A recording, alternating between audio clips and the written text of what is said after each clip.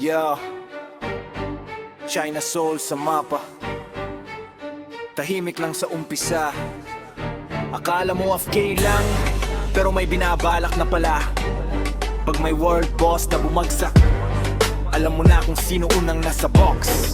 Yeah, si Maring China Soul, farming lang maghapon, tahimik sa gilid pero delikado pag rumekta sa yer at aksyon. Dapain man sa reso, mabilis bumangon pag suicide reso na buong tropa buhay agad doon. Tao it's tao pero astang arbalis, biglang nawawala parang may invisibility twist. Di mo makita sa clash, parang hangin sa dilim, pero kakampi mong bagsak biglang buhay ulit, bigla ring gigil. AFK sa corner pero mabangis sa SP, takbuhan pa lang alam mo nang walang ihigit kay ate. HOF kalaba akin pag nadadapa sila, kasi minsan si China Soul nagpapayak sa relay. China Soul, reyna ng reso sa gera, pag bumagsak tropa buhay agad buong tropa. China Soul, hari ng loot sa boss arena, pag may box na baksa una agad siya. China Soul, tahimik pero mabagsik, nakatago sa world boss pero lutay mabilis. China Soul, walang atrasan sa laban, pag reso skills ginamit buhay buong barangay naman.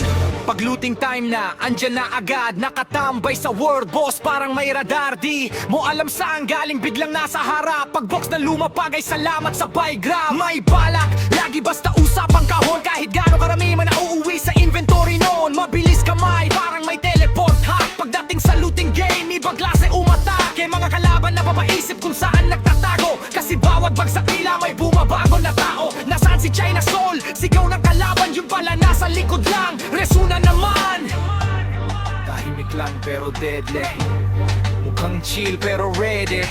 Pag gera na biglang lilitaw at buong party nyo buhay na ulit agad. Wow! China Soul, reyna ng reso sa gera, pag bumagsak tropa buhay agad buong tropa. China Soul,